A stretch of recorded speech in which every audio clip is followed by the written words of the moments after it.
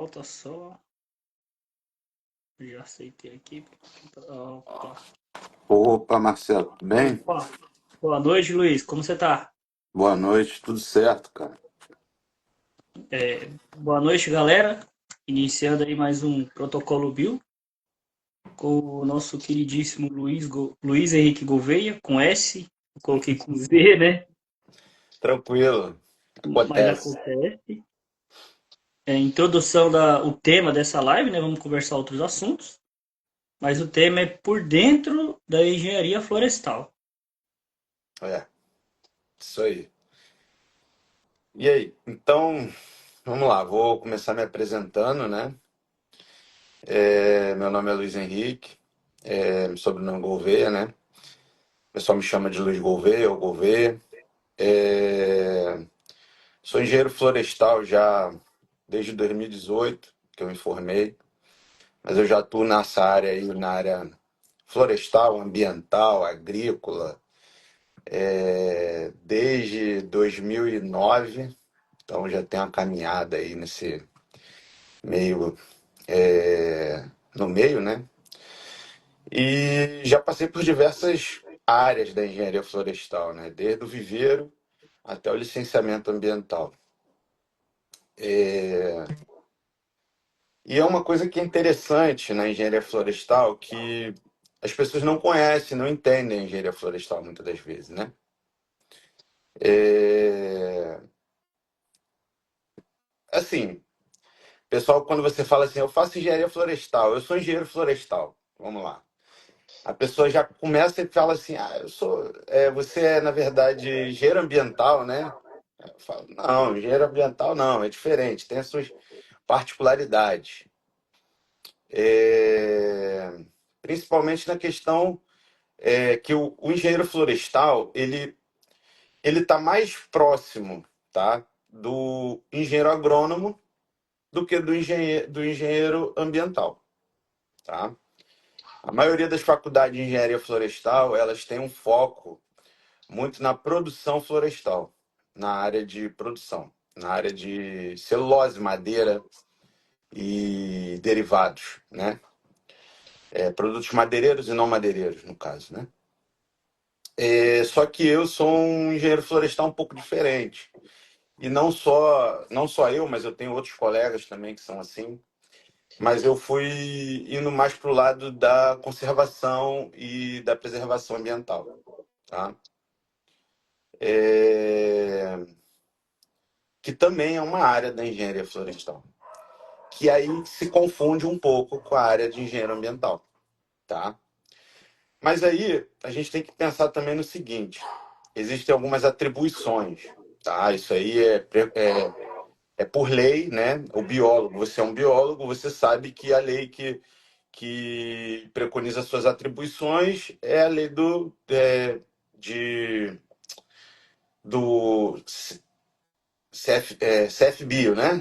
Como Uhum. é CFBio que É fala? CFBio. Uhum. Isso. E o nosso é o CONFEA, tá? Dentro do CONFEA, o CONFEA ele te dá atribuições para cada tipo de engenharia, entende? Então, a engenharia florestal, a gente tem uma resolução que diz as nossas atribuições, tá? E enquanto as nossas atribuições são manejo florestal, inventário florestal, isso não só na área de produção, mas também na área de conservação, o engenheiro ambiental ele não tem essa prerrogativa. O engenheiro ambiental ele trabalha com projetos hidráulicos, com projetos de saneamento básico, com projetos de esgotamento, esse tipo de coisa. Por exemplo, o engenheiro ambiental ele não pode, de acordo com o CONFEA, ele não pode fazer um PRAD, por exemplo, um programa de recuperação de área degradada, através de plantio, tá? Ele pode fazer um PRAD voltado para outra coisa. Por exemplo, um programa de recuperação de água, por exemplo. Ele é prerrogativa do engenheiro ambiental. Ele estuda mais essa parte de água, esgoto, bacias hidrográficas, recursos hídricos, tá? O engenheiro florestal, ele também estuda isso, mas ele não estuda voltado para a parte, no caso, a parte de uso de recursos hídricos de consumo, né? Vamos botar assim, né? A gente estuda recursos hídricos, mas voltado para a gestão territorial de áreas florestais, tá? Então, assim, existem essas diferenças entre essas duas engenharias, tá? Assim, cara, eu tenho muita coisa para falar, mas eu ficar aqui falando sem um direcionamento, eu fico meio perdido, até porque a gente conversou antes, lembra? Uhum, Eu não me preparei, eu não preparei um script para eu falar aqui, não pensei nisso como uma palestra nem nada. Então, assim, a gente está aqui conversando, vamos conversar, debater, né? Falar sobre os uhum, assuntos. Isso aí é o que é o mais importante, né? Que eu acho que assim, a difusão do conhecimento. Independente, porque a gente fica essa briga, né? Eu vejo muito, desde a época da faculdade, eu vejo uma briga entre biologia, engenharia florestal, engenharia ambiental, aquele negócio, eu posso fazer isso, você pode fazer aquilo. Cara, eu acho assim, a pessoa, ela pode fazer se ela tiver experiência e ter a capacidade técnica de fazer aquilo ali, entende? Mas a uhum, gente também tem normativas e normas para seguir das profissões. Então a gente tem que pensar nisso. Eu vejo assim, ó, eu tenho um grande amigo meu que é biólogo e assim ele é ótimo com identificação botânica, ótimo, ótimo. Mas se eu chegar para ele e falar para ele fazer um estudo fitossociológico da floresta, ele não sabe fazer, sabe? Por quê? Porque ele não estudou isso. Ele não estudou isso na faculdade. Ele pode até depois ter fazer uma pós-graduação em botânica e dentro dessa pós-graduação em botânica ele fazer um curso voltado para estudos fitossociológicos? Pode, pode. E aí eu acho que seria corretíssimo o CFBio dar sim essa atribuição para ele. Como no, engen- no, na- no o CREA é assim, ó. Quando você se forma, você vai lá e entrega para eles o seu histórico escolar. Com o seu histórico escolar, ele tem lá todas as disciplinas que você fez, tá? Por exemplo, eu fiz as disciplinas de ajustamento de observações geodésicas, topografia, cartografia, sensoriamento remoto, é,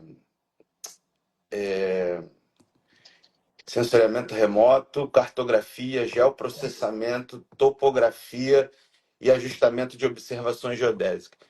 Tudo isso para poder me dar atribuição de fazer georreferenciamento de imóveis rurais. Então, não é todo os engenheiros florestais, não é todos os cursos de engenharia florestal no Brasil que tem essa prerrogativa desde a graduação. Quando criaram o curso de engenharia florestal na Universidade Federal do Pampa, onde eu estudei, eles pensaram já nisso. Por ser uma universidade jovem, uma universidade que tem menos de 20 anos, eles pensaram isso para dar essa atribuição pro engenheiro florestal formado lá. Porque antes disso, os cursos de engenharia florestal, a pessoa saía formada, mas ela não podia fazer o georreferenciamento de imóveis rurais. Exatamente por causa dessa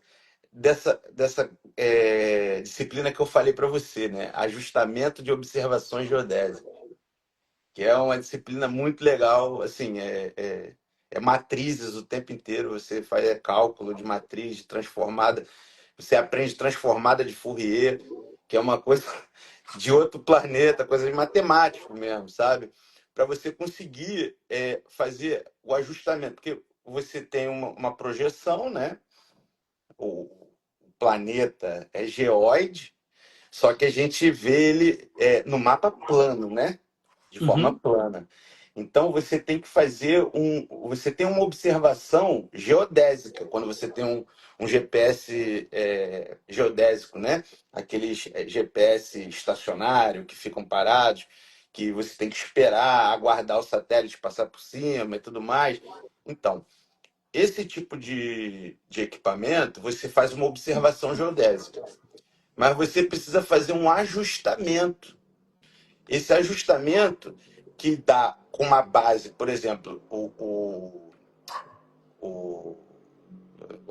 me fugiu o nome do órgão. É, calma aí, me fugiu o nome agora. Eu vou lembrar. É aquele órgão que faz o censo, o nosso censo, o IBGE. É, Isso. vamos junto. É porque é muita coisa. O IBGE, ele tem um ponto onde ele fica com o GPS ligado 24 horas. E aquilo ali fica fazendo ajustamentos com os satélites. Então você pega o dado que você colheu no campo, você cruza com o dado que o IBGE te fornece, e ali você faz um ajustamento para você. Aí sim, aí você está fazendo um georreferenciamento de forma correta, onde você pode fazer cálculo de área de forma correta, sem dor de cabeça. Por quê? Lembrando, lembra que eu falei, a Terra é geóide. Então, quando Uhum. você vai fazer o georreferenciamento, ou a medição de um terreno muito extenso, tá? Vai ter pontos que ele vai estar em cima, vai ter pontos que ele vai estar embaixo, vai ter pontos que ele vai estar superior, vai ter outros pontos que ele vai estar inferior. Se você botar no plano isso, em linha reta, certo? Ele vai dar uma área de uma forma, vai dar um número, vamos dizer, 1 hectare, tá? Vou estipular um valor aqui, 1 hectare. Se você fazer o ajustamento dessas observações, você vai ver que, na verdade, esse 1 hectare não é 1 hectare, é mais de 1 hectare. Por quê? Porque se você pegar e caminhar pela terra, ó, vamos lá, ó. Aqui, ó, o que é, se você ir de um ponto a outro, numa linha, ele é assim, certo? Agora, se ele tiver assim, você vai caminhar muito mais, certo? Uhum. Então, quando você joga no mapa, aquela área no mapa reto, ela consequentemente vai ser menor do que a realidade. Consegue entender? Conseguiu entender o que eu Tô, quis tô, dizer? tô. Entendi. Então isso aí você tem que entender esse fundamento por trás para você conseguir fazer um georreferenciamento correto, tá? Então, voltando lá, como a minha graduação teve isso, eu não precisei fazer uma pós-graduação em georreferenciamento ou em topografia para eu poder fazer esse tipo de análise. Enquanto que outros engenheiros florestais, antes desse tipo de mudança no meu curso, eles tinham que fazer uma pós. E aí você apresentava no CREA, para o CREA poder te autorizar a fazer aquele tipo de serviço. Então, dentro lá das atribuições, não tinha aquilo ali. Conseguiu entender? Uhum. Então, eu acho que na biologia, eu acho que a biologia tinha que fazer o mesmo, sabe? Porque, por exemplo, quando você faz biologia, eu estudei numa faculdade onde tinha biólogos. Eu tinha a faculdade de biologia, era engenharia florestal, biologia, gestão ambiental e biotecnologia. Então, por exemplo, o biólogo ele pode atuar desde a criação de um farmaco, de um remédio, até o licenciamento ambiental, correto? Correto. Mas você me diz que um biólogo que estudou a graduação dele inteira, voltado para a área de, por exemplo, vou dar um exemplo, tá? Voltado para a área de produção de fármacos, né? De remédios, ou então voltado para, sei lá, Genética. para genética e colocar ele para fazer um licenciamento ambiental, assinar um licenciamento ambiental, assinar não um licenciamento, mas um estudo de impacto ambiental, ou assinar um alguma coisa, um levantamento de fauna, por exemplo. Uhum, Agora, claro, tem colegas que, pô, fizeram a faculdade voltada para aquilo ali, para fauna. Então, assim, eu acho que a biologia, ela abrange muita coisa, é ótimo, é um curso ótimo, ótimo, conheço profissionais excelentes que fizeram biologia. Porém, eles, como é muito amplo, eu vejo assim, nada, eu não tenho nada contra a biologia. Como é um cenário muito amplo ali, uma universidade, um curso de graduação muito amplo, eu acho que aí deveria ter umas especializações para dar certas atribuições para o profissional. Mas o CFBio, ele. Desculpa, eu conheço biólogos que não gostam do CFBio. Eu, por exemplo, não gosto do, do, do Confea. Eu não gosto. Eu acho que eles são um pouco atuantes para defender os profissionais, tá? Mas eu acho que não adianta que nem eles fizeram lá uma resolução dando atribuição de tudo pro cara. E aí fica essa entre aspas, uma bagunça profissional, sabe? E muitas das vezes a gente não sabe, assim, não é que não sabe, mas a pessoa ali tá perdida às vezes, o profissional tá perdido, não sabe para onde ir, aí começa a chutar para tudo que é lado, e aí ele cai numa área que ele odeia, na verdade, ele não gosta daquilo ali. Ele queria estar trabalhando com outra coisa, sabe? Então, entendeu? Sabe? Acho que às uhum. vezes a biologia, se eu não me engano, são 4 anos, né, de biologia, né? Cara, O é curso. uma coisa meio doida, porque quando eu fiz, tava 3 anos. Eu falei, Vixe, oxe. Aí depois, no ano seguinte, trocou a grade praticamente inteira e foi para 4 anos. O meu, ainda com TCC e tudo, deu 4 anos, né? E eu vi algumas faculdades com 5 anos. então, Então já tá é vendo meio. como é entre aspas, uma bagunça? É. Eu acho assim, eu acho que, por exemplo, o biólogo ele tinha que fazer 4 anos de faculdade normal, que nem ele faz, e pelo menos um ano de especialização. Uhum, Não é fazer uma especialização para como se eu fosse uma pós-graduação, o próprio curso de graduação, o cara fazer uma especialização. Não tem a questão do bacharel e do licenciado, da uhum, licenciatura. Então, o bacharel e a licenciatura. O bacharel, ele faz 4 anos e ele está apto a fazer qualquer coisa, só não pode dar aula, correto? uhum. Eu acho que não. Eu acho que o bacharel ele tinha que fazer 4 anos de faculdade e mais um ano de especialização em uma área, em alguma área. Ah, eu quero trabalhar com licenciamento ambiental. Beleza, vai lá. Vamos fazer tem que fazer curso aqui, esse curso aqui, esse curso aqui. Me diz aí, qual curso na sua graduação que falou sobre legislação ambiental federal?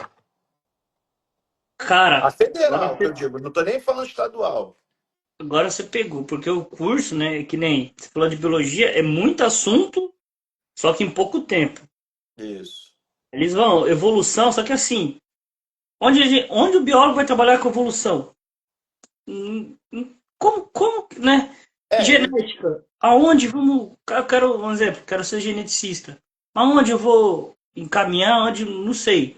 Uhum, Então, assim, de todo o curso de biologia, os que mais vai se aproveitar é botânica e zoologia. certo. E o curso que eles dão é voltado para pesquisa. Eu, legislação, é em partes, né? Ah, às vezes você vai ter um. Eu tive climatologia, não sei o que tem a ver com biologia, mas estava lá. É biogeografia, aí eles dão uma resolução, as principais, né? Do Uhum, biólogo ali, não é específico. Aí você fica, tá, eu vou trabalhar com bicho, mas aonde? Aonde vem a cabeça? Zoológico. zoológico. Vou trabalhar com planta onde? Vou falar zoológico de planta que eu esqueci, o herbário. Um herbário. O herbário, na verdade, é plantas secas, né? Mas aí, num viveiro, por exemplo. É, Se for viveiro. Aí, vivo. aí você tá no interior, que nem eu moro no interior, aonde eu vou arrumar um viveiro? Aí lascou. Aí vai ter em cidade grande, que aqui, cidade grande, Cascavel, Toledo. Uhum. Aí já vou ter que morar lá. Mas aí eu não tenho experiência. Aí os caras não vão pegar experiência. Aí você fala, e agora? Então eles dão o de biologia muito voltado para acadêmico. Esse negócio de network, licenciamento ambiental por cima, teve lá na última matéria eu vi, mas eu já tinha visto antes, né, de alguns cursos aí, conversa com o pessoal, licença, que é uma PRAD, mas é aquele por cima ali, é uma aulinha ali de 10 minutos, no máximo 20, e o resto você aprenda. Então, assim, aí se formam profissionais autodidatas, né? Isso aí eu acho É. louvável, porque existem muitos por aí, sabe? O que eu fico mais, assim, impressionado é que como que o próprio conselho não vê que dessa forma ele mesmo está sucateando a profissão. Agora eu acho que você vai conseguir entender o que eu vou falar. Vamos lá. Formam-se centenas de bacharéis, milhares de bacharéis, tá? Ele não, por exemplo, ele não tem o trabalho. Por exemplo, vamos lá, o cara gosta de genética, que nem a gente estava falando. Aí ele manda o currículo dele lá para Natura, para não sei o quê, para essas empresas assim de que podem estar trabalhando com alguma coisa na área de genética, com farmacêuticas, com, sabe? Tô dando um exemplo. Empresas da área da medicina, ou então laboratórios, né, de exame de sangue e tudo mais. E aí o cara não consegue, beleza? Não conseguiu ali e tal. Aí o cara vê lá, aí ele tá lá, né? Tá, procurando vaga, procurando vaga, procurando vaga. Aí ele vê lá uma vaga de é, resgate de fauna. Aí ele fala, pô, na faculdade aprendi a pegar uma cobra ali, outra ali e tal, não sei o quê, pai, beleza. Aí ele vai lá e aplica pra vaga. Aplicou pra vaga. Aí ele foi, fez a entrevista e tal, passou na entrevista. Aí chega na hora da pretensão salarial, o cara chega e fala assim pra ele, ó, a gente vai te pagar 4.000. A gente não vai te dar alojamento, a gente não vai te dar alimentação, a gente não vai te dar isso, não vai te dar aquilo, não vai te dar nada. E você tem que assinar um PJ aí para poder trabalhar, beleza? Cara, o cara já tentou de tudo trabalhar na área dele e não conseguiu. Ele, às vezes, muitas das vezes, ele está necessitado, precisando do dinheiro de verdade. Ele vai aceitar, cara. Ele vai Uhum. aceitar. E aí o próprio colega, que fez tudo para trabalhar com resgate de fauna, é especialista naquilo ali, se dedicou, e ele sabe que o salário dele não pode ser 4.000 reais. O salário dele tem que ser muito maior. E ele passa por todo o processo seletivo, e aí ele vai dar a pretensão salarial dele é alta. E aí a empresa, o que que a empresa faz? Ó, o cara ali é bom pra caramba no que ele faz, é ótimo no que ele faz. Mas o outro ali é mais ou menos. Mas ele tá cobrando metade do valor do outro. Vamos pegar o mais ou menos, porque é para cumprir tabela mesmo. Tu Uhum. entende?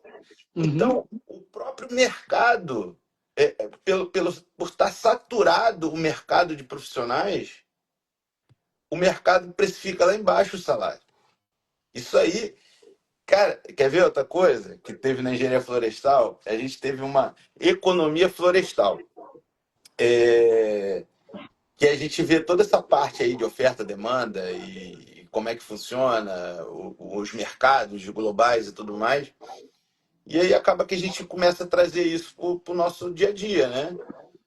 Não, porque a gente pensa assim, economia florestal, eu estudei só economia florestal. Não, a gente tem que estudar o básico da economia para poder aplicar na florestal, né? Então, eu comecei a aplicar isso no meu dia a dia. Então, a gente pensa isso até na área profissional. Se tem muito profissional na área, sabe, Uhum, o preço vai cair. É simples, é lógica básica. E quem mais sofre com isso são as pessoas que se especializaram. Muito, tá? Por quê? Às vezes, ó, um colega que está aí assistindo aí, o Josimar. O Josimar estudou muito, muito a parte da botânica. Ele é um botânico excelente. Ele é mestre em botânica. uhum, Só que ele tem dificuldade de conseguir emprego que pague o que deveria estar pagando a ele. E quando ele consegue um trabalho que muitas das vezes não valoriza o conhecimento que ele tem. Entende? uhum, Então, assim, cara, eu vejo que esse problema do salário, não só do engenheiro florestal, mas como do biólogo, do engenheiro ambiental. O engenheiro ambiental ele está sendo um pouquinho mais valorizado, tá? Até porque, o que acontece? Muitas das vezes, o engenheiro ambiental ele está sendo chamado para gestão ambiental de obras, tá? Porque ele tem atribuição para outras coisas que o engenheiro florestal, por exemplo, e o biólogo não tem, que é a parte de gestão de produtos químicos, gestão ambiental de produtos químicos. Isso aí é uma coisa muito relevante em obras, por exemplo. Por quê?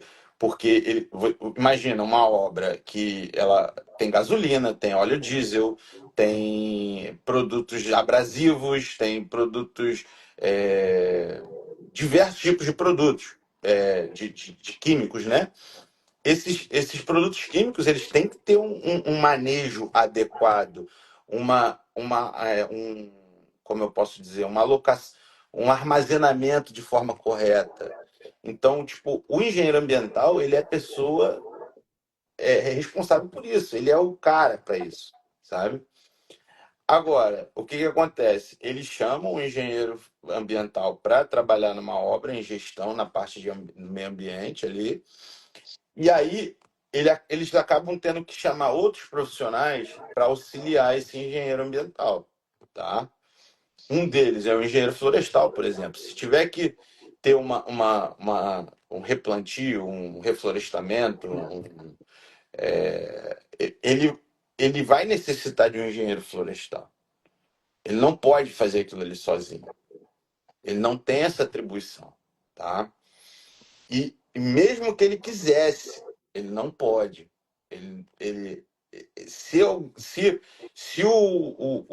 CREA, no caso, né, descobrir que ele está atuando nessa área, ele pode perder até a licença dele de engenheiro ambiental. Então, ele é obrigado a contratar um engenheiro florestal, tá? Mas o que acontece? Esses cargos de gestão, muitas das vezes, eles não, não preconizam a formação só do cara, mas sim a, como eu posso dizer para você, a experiência, tá? Eu já trabalhei numa obra na Ferrovia Integração Centro-Oeste, que o meu gestor, ele era um biólogo. E o cara, ele trabalhou na Samarco, ele trabalhava lá nessa obra. Cara, o cara, ele era um cara assim, ó, que entendia de legislação ambiental de uma forma que tu ficava assim, caraca, o cara sabe mesmo pra caramba, muito, muito, muito, sabe? Então, tipo assim, não quer dizer que o cara é de uma profissão, do outra, ele não pode trabalhar com aquilo ali. Mas ele tinha capacidade técnica de saber o seguinte: porra, preciso de um cara para fazer a cubagem da madeira da supressão florestal. Porra, eu não posso fazer. Eu preciso do engenheiro florestal. É o engenheiro florestal que faz isso, tá? Ele sabia que eu tenho que contratar um engenheiro ambiental ou um técnico ambiental para poder ser responsável pelas, pelo armazenamento dos produtos químicos da empresa. Porque ele também não podia fazer aquilo, entende? Ele assina como coordenador, mas ele não assina como responsável técnico, entende? Então, Uhum, tipo assim, o cara tem esse discernimento. Agora, existem muitos aí que não têm esse discernimento, que a gente chama que é o famoso canetinha, né? Que é o cara que só assina. Ele não tá nem aí. Ele vai assinar. Tu chega para ele e fala assim, pô, Carol, tem um projeto aqui de, é, sei lá, de um inventário florestal aqui e a gente precisa de alguém para assinar. Aí o cara, tipo assim, tem um monte de gente fazendo um inventário, porque não é um só que faz um inventário, né? A gente sempre pensa isso, né? Muitas das vezes a gente esquece disso, né? E aí o cara, beleza, vou só assinar. Aí o profissional de ponta, que está na linha de ponta, às vezes faz um trabalho péssimo. E o cara que assina é o cara que vai tomar no. Entendeu? Que vai uhum. responder depois, né? Até desculpa tomar no. Mas vai responder por aquele projeto, né? Então, assim, é uma coisa complexa, é muito complicado, é muita coisa, sabe? Então, tipo, cara, assim, eu te perguntar, o que que você quer saber da engenharia florestal? Que aí eu posso entrar nesse assunto, sabe? Que aí a gente segue por aí, porque senão eu fico perdido, eu fico falando, falando, falando. Eu posso ficar aqui falando dias, se você quiser. Cara, você pegou a chave, o intuito dessas conversas, né? É ser bem assim, a gente coloca só um tema ali, mas o tanto que você já falou de engenharia florestal, cara, tem gente que nem sabe. Eu também, muitas coisas que você falou, nem sabia. É, Então já é um. Que se fazer meio que pergunta, pode. aí eu já fiz, às vezes é meio que corta. Aí você tá Aham. empolgado no assunto, aí eu pergunto, vamos supor, o que que é tronco? Aí você tá no raciocínio, aí você perde aquele raciocínio, aí você, pô, tava tão empolgado aqui, então é Não, que nem eu beleza. já, eu já fiz com o Josimar também. Ô, cara, pode ficar falando aí, se quiser ficar falando aí, pode, a gente só tá querendo ela como se fosse uma Não, aula, né? sim, sim, mas é que como se, assim, é como eu te disse, né? Se eu tivesse preparado algo, eu teria tipo uma linha de raciocínio para eu seguir. Aqui eu tô meio que no feeling, sabe? Falando um monte de coisa. E aí, às vezes, eu posso estar. Eu penso que eu tô falando uma coisa que está fazendo sentido, mas às vezes eu tô conectando com outra coisa, sabe? Uhum, Por exemplo, você perguntou aí o que é tronco, né? uhum, Aí a gente vai entrar lá em morfologia vegetal, né? A gente tem que entender morfologia vegetal para entender o que que é o tronco da árvore, beleza? É, vamos lá. Eu não sou o cara da química da madeira, tá? Isso aí eu já vou te falar que eu meio que fugi um pouco dessas aulas. Não que eu fugi, eu tive essas aulas, mas eu não era um cara muito ativo nessa área. Mas eu vou lembrar pela parte de morfologia vegetal, tá? Vamos lá. Os vegetais, eles são um reino à parte do nosso dos seres vivos, né? Vamos dizer assim, né? E dentro desse reino há subdivisões, beleza? E aí existem diversas classificações. O ser humano gosta de classificar tudo, tá? uhum, E as árvores elas são classificadas como fanerógramas, tá? As fanerógramas são os vegetais enormes, gigantes e tal, tá? E aí são esses vegetais que criam o lenho, tá? O que que é o lenho, tá? O lenho nada mais é do que células vegetais, tá? Elas são células vegetais mortas, tá? Elas são mortas, mas elas formam uma estrutura, tá? É, eu digo mortas porque é o seguinte, ela não faz fotossíntese, beleza? Uhum. São células especializadas e não fazem fotossíntese. O lenho, ele é... Cara, como é que eu posso te dizer isso? Pegou uma coisa aí bem interessante. É, sílica tem dentro do lenho, tá? Muita sílica, porque a parede celular ali é muito mais intensificada, né? E, e a madeira ali, a madeira tem a celulose, tá? A celulose tem a lignina, tá? Uhum. Então, vamos lá. São diversos tipos de substâncias ali que estão ali agregadas, formando aquela estrutura, tá? Celulose e lignina. Quanto mais lignina, mais denso e mais a madeira mais. Não é que denso, mas mais. Como é que eu posso dizer? Fibroso, talvez? Mais duro é. A Uhum. dureza, dureza, tá? Então, quanto mais lignina, mais dureza, beleza? E aí a gente tem que entrar e pensar que dentro das estruturas da madeira, ela existe uns dutos, vamos dizer assim, dutos, vamos falar de forma. Senão eu vou entrar muito na parte técnica e eu vou me enrolar, porque não é minha área, tá? Uhum. Esses dutos, eles. Calma aí, o que o o Josimar falou, professor Luiz? Esses dutos, eles, ao mesmo tempo que eles jogam água para as folhas, não é joga, né? Ele tem um processo de sucção da água pelas raízes. As raízes transportam pelo xilema. Xilema é o cerne da madeira, é o centro ali, o xilema. E existe o floema. O floema, o que, que é? É como se fosse. Imagina a veia e a artéria, Uhum. beleza? Então, o xilema, o centro ali, ele é o a veia que está levando os nutrientes e a água lá para as folhas, para poder fazer a fotossíntese. E o floema são os dutos que voltam com a sacarose, no caso, né?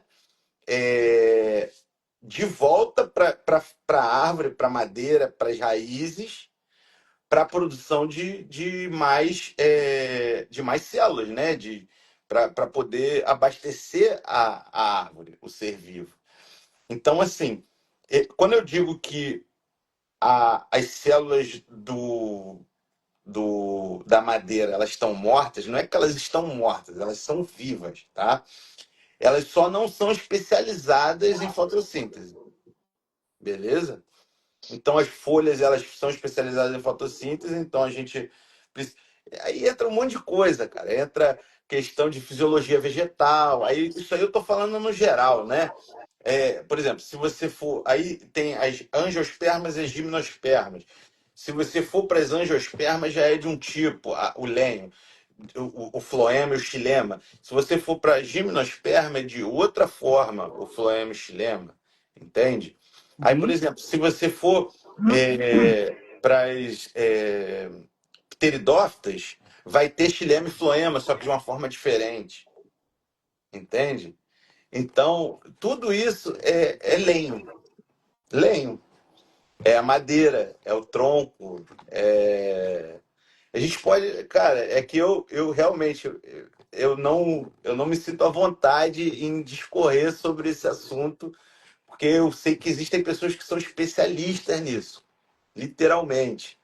E eu não sou essa área assim, eu gosto de madeira, eu entendo de dureza, eu entendo de identificação de madeira. Já identifiquei algumas árvores através de madeira, através da casca da madeira e tal, do formato dos, dos anéis de crescimento, da distribuição ali, de como funciona, de uma avaliação macroscópica, né, não microscópica.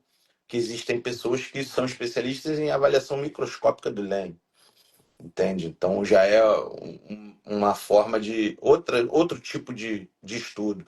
O pessoal do IBAMA, se eu não me engano, eles têm especialistas que trabalham só com essa identificação de lenho, de madeira. Por quê? Porque muita madeira ilegal, né, que acontece. Então eles já fazem a apreensão da madeira e para fazer essa apreensão, quando eles fazem essa apreensão, eles precisam determinar qual espécie que eles estão estão apreendendo, certo? E essa apreensão é isso que às vezes aí entra outros assuntos, né? De política, por exemplo. Vamos lá. É. É, madeireiro ilegal e madeireiro legal. Qual é a diferença? Sabe qual é a diferença? Um é bem simples, um é legalizado a cortar algumas madeiras e o outro simplesmente vê a madeira, não importa qual, e vou meter serra elétrica, não quer saber se é nativa, se é exótica, se é Beleza, rara, né? beleza.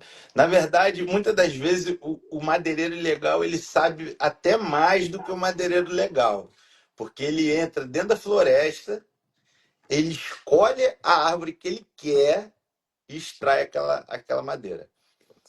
Agora, eu tô falando no sentido de madeiras nobres, aquela madeira específica, tá? Que o cara vai trazer para cá, para São Paulo, para o Rio, para o que for, e vai vender por milhares de reais, ou então vai exportar para a Europa, tá? Apesar que a Europa agora ela tem toda aquela legislação de madeira, madeira ilegal. Então, a madeira ilegal que nós utilizamos no Brasil, que nós temos no Brasil, é para consumo interno. Então, o primeiro ponto, se a gente estão cortando madeira na Amazônia, estão cortando aí madeira em tudo que é lugar, árvores, florestas e tudo mais, é porque existe um mercado consumidor no Brasil, tá? Então, vamos lá. Simplificou. O ilegal ele está fora da lei, à margem da lei, e o legal está na lei. Beleza, isso aí tá. Agora, eu tenho outra avaliação. O madeireiro legal, ele é, muitas das vezes, proprietário de terra, rico, de família, que tem uma empresa por trás fortíssima. Aí ele tem engenheiros florestais que fazem o licenciamento para ele, para fazer o manejo florestal, para fazer tudo como manda a lei, correto? Uhum, E o madeireiro ilegal nada mais é, muitas das vezes, do que aquele cara que nasceu no meio da floresta, tá? Ele conhece da floresta, mas ele não tem nem o que comer, né? Entende? Então aí uhum. ele não tem o que comer. Aí alguém chega para ele e fala, cara, olha, tá R$ 9.000 o metro cúbico de cedro. Aí ele começa a pensar, porra, um cedro, 1 metro cúbico de cedro, tá R$ 9.000 um cedro, pá, não sei o quê. Se eu derrubar uma árvore é R$ 30.000. É realidades que ninguém fala, né? Isso aqui eu tô aqui para isso. Eu não tô aqui com papas na língua. Eu dificilmente eu apareço na internet, essas coisas, gravo. Então, tipo assim, eu gosto de falar mais entre os meus colegas, tá? Mas isso aí eu falo abertamente. É coisas que pode ser que vai ter gente aqui que vai chegar aqui e vai falar, pô, não, não é bem assim, papapá, papapá, papapá. É, tá? As pessoas também não chegam e falam assim, é, pô, o cara lá que tem uma fazenda enorme e tem a reserva legal dele e tem a APP dele, mas ele tem não sei quantos hectares de área produtiva pro gado dele, sabe? E aí você vai naquele cara ali que muitas das vezes tem 5 hectares, 10 hectares. Pô, 10 hectares, é muita coisa. pensando assim, pode até parecer que é, mas às vezes não é. Dependendo do lugar, não é. Aí o cara, ele, pô, ele não tem conhecimento, ele não tem instrução, nada. Aí ele vai lá e derruba ali as árvores ali próximo ao rio, ou próximo ao topo de morro, que eu acho um absurdo. Eu, como técnico, acho um absurdo o cara cortar em cima do morro. Beleza. Mas o cara não foi nem a segunda série, mano, tá? E aí chega lá a polícia ambiental, muitas das vezes, e multa o cara, autua o cara. E aí é muito bonito, é muito bonito. Eu vi no LinkedIn esses dias e eu acho que não foi só no LinkedIn, mas eu acho que o Supremo tá votando um negócio assim. É questão como é que é? Não sei o que. Tipo um genocídio de planta, tá? É como se fosse caracterizar o corte legal de madeira como sendo um crime quase hediondo, porque é genocídio. Ele sabe, como querendo juntar o genocídio com o corte de árvore e tudo mais. Só que, cara, quando a gente coloca isso em lei, a gente não diferencia o pequeno do grande. A gente não diferencia o grande desmatador do pequeno desmatador, sabe? E eu não estou defendendo o desmatamento. Pelo contrário, eu sou contra o desmatamento. Eu acho que para ser cortado tem que ser feito um estudo de impacto ambiental. Se for removido. Se for removido, tem que ser feita uma compensação em outro local, de preferência na mesma bacia hidrográfica. Mas o que, que acontece? Como tudo no Brasil, o grande tem 1.000 advogados, tem não sei o quê, tem casa própria, tem bons antecedentes, não sei o quê, tem o dinheiro para pagar a multa. E aí eles fazem e ó, nada acontece. E aí cai em cima do pequeno ribeirinho, do rapaz, daquela família ali que está na beira do rio, que precisa fazer uma limpeza ali, às vezes, próximo ao rio, para poder ter a casa dele ali, a hortinha dele, algo do tipo, sabe? E esse assunto, cara, até teve uma live, é mais ou menos isso, né? O pessoal fala, não, não vamos matar serpentes, né? Vamos focar em serpentes aqui. Não, tá certo, você vê uma serpente peçonhenta. Aqui na cidade, cidade grande é mais fácil. Mas a gente sabe que tem lugares do Brasil que é muito pobre e às vezes um soro antiofídico é 25, 30 km. E a pessoa não, às vezes tem Ó, bicicleta, então ela vê uma cobra, ela fala, não, não vou matar não. 30 Cara, km, 30 km tá sendo ainda, como é que eu posso dizer? é razoável ainda, né? Razoável, porque tem locais, meu amigo, que não tem mesmo. Que Aí a você vai pessoa ficar 200 1.000 quilômetros sem tem um sorante 30, né? A anfíbio. pessoa, mas você vai levar o quê? De bicicleta ou de jegue? Vou Cara, contar a a pessoa. história. Vou contar a história para você aí. Questão de matar e não matar, beleza? Eu não pude participar ainda do IFN na Amazônia, tá? Não tive essa oportunidade. Mas eu gostaria muito de ter essa oportunidade. Mas eu tive colegas que trabalharam em Roraima e Rondônia, né? E eles falaram o seguinte, cara. Olha só, você vai para o inventário fazer um levantamento, você tem que ir armado. A equipe tem que ir armada. E aí você vai ver uma onça. Aí me diz agora, vamos lá. Você tem um ponto específico para trabalhar. Você tem que ir naquele ponto para fazer o levantamento. Porque o inventário florestal, eles são pontos sistematicamente alocados. Beleza? Aí você chega naquele ponto lá. Aí naquele ponto você tá lá fazendo o teu levantamento bonitinho ali, todo mundo fazendo a medição e tal, não sei o que, não sei o que lá. Daqui a pouco aparece uma onça tentando atacar a equipe, ou algo do tipo. Ou às vezes nem atacar a equipe, mas, sabe, não sabe, existe, o lugar é tão inóspito que a onça não sabe nem o que é um ser humano, Uhum. sabe? E aí você vai pagar para ver a onça vir ou não vai vir? Ou você vai matar a onça antes dela vir? E Conseguiu aí? entender? Uhum. Conseguiu entender o que eu estou te falando? É, você, muitas das vezes, você vai dormir. Eles não dormem em barraca, eles dormem em rede, na árvore. Melhor forma de... Pai, você vai estar, você faz ali o teu acampamento. Aparece uma cobra ali. Você vai tirar, vai pegar a cobra, vai correr o risco. Primeiro, que você já subiu o rio de barco. Depois você andou um dia caminhando para chegar no ponto. Você acha uma cobra no meio do seu acampamento ali. Você vai tentar pegar a cobra na mão? Não tem? Irmão, desculpa, mas você vai passar o facão na cobra. Antigamente, nos tempos, faziam isso, né? E vou te falar mais ainda, os caras passam o facão lá na Amazônia, o pessoal fala, né?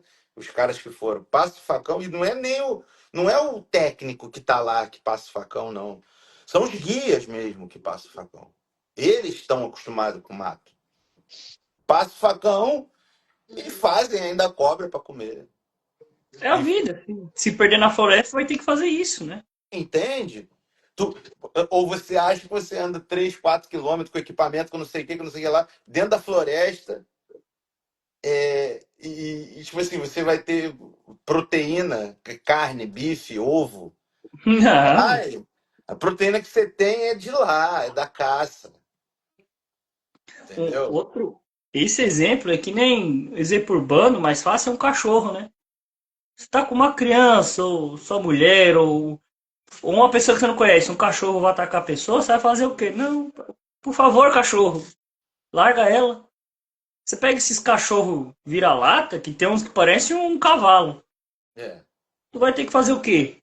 Ou você deixa matar a pessoa, ou tu mata o bicho. Não tem meio termo, né?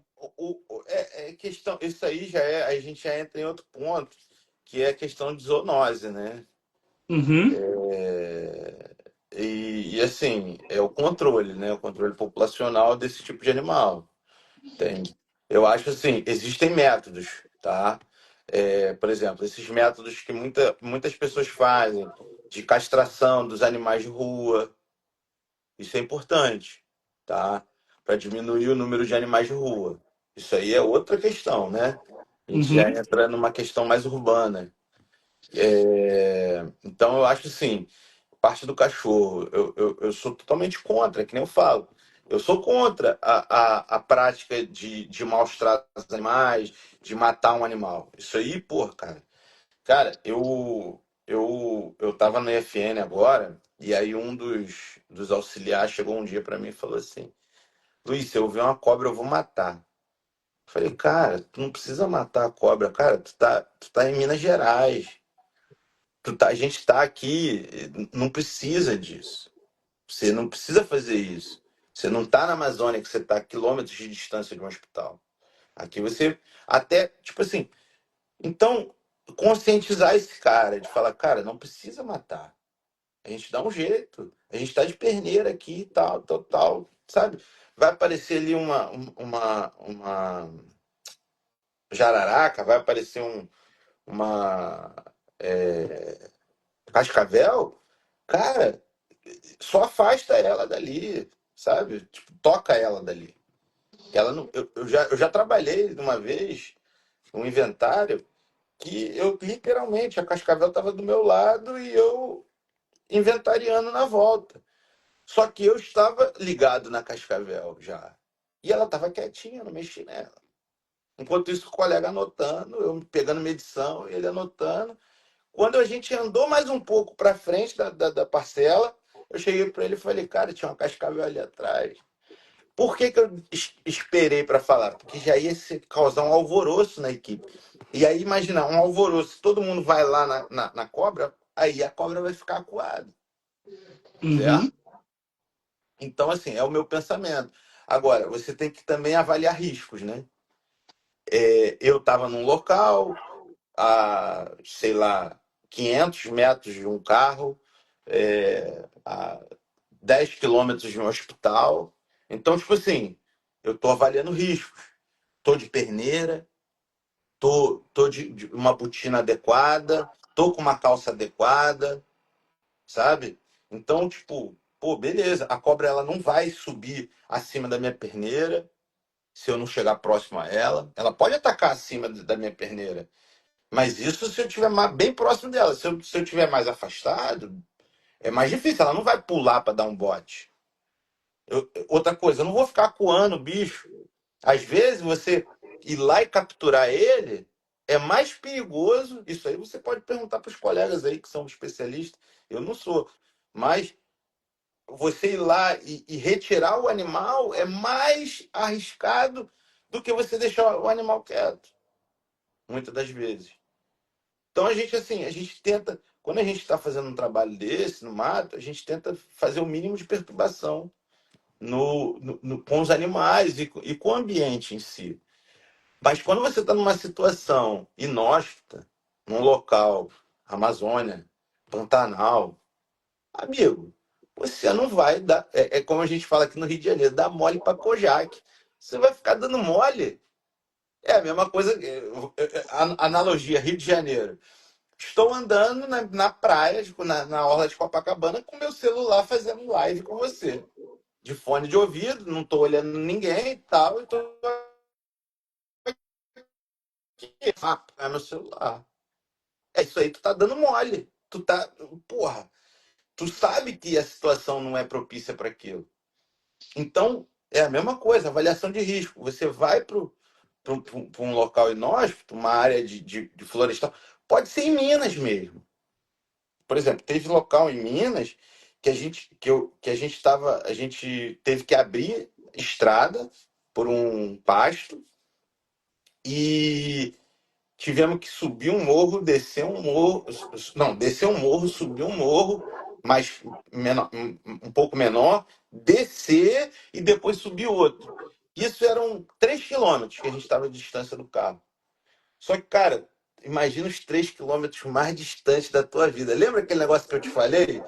Se Uhum. você calcular, o carro estava aqui e o ponto era aqui, se eu calcular em linha reta, são 3 quilômetros. Mas você desceu, subiu, esses 3 quilômetros viram 6, tá? Nesses 6 quilômetros, é, imagina, mato, capim alto, árvore, sabiá é aquela arranha-gato, unha de Uhum. gato. Então, sabe, mimosa bimucronata, né, que fala. Então, tipo assim, você passa aquilo ali, arranha-gato, não sei o que, e pá, e se corta todo. Se você vai ali, tu tá ali no meio ali, encontra uma cobra, meu amigo. Se você conseguir que ela fique ali quietinha no canto dela, beleza, você nem mexe. Como já aconteceu de eu passar e o colega falar, ó, acabou de passar uma. Foi aquela coral atrás de mim na Uhum. trilha. Passou assim. Tipo, eu passei e ela. Aí, tu imagina, ó, passou o frente, passou o segundo, passou eu e o quarto que viu ela passando atrás de mim. Ela poderia ter bicado qualquer um ali. Então, tipo assim, você pode fazer de uma forma de não agredir a cobra. Claro. Agora, você está lá fazendo, executando um trabalho. Você já teve a dificuldade do caralho para chegar lá. E, e tem uma cobra exatamente no lugar onde você precisa trabalhar e tal, e não sei o quê. Mano, desculpa os biólogos, os ecólogos e as pessoas ambientalistas de plantão. Eu vou passar cobra, eu vou passar faca, né? Eu não vou pensar duas vezes, cara. Tem muita gente que fala, não passa, mas na hora é o esquema, né? falar aqui, eu falar, não, mas não faz isso. Mas então vai lá então na hora e vê, né? Exatamente. Tá É o que. cansado? Cara,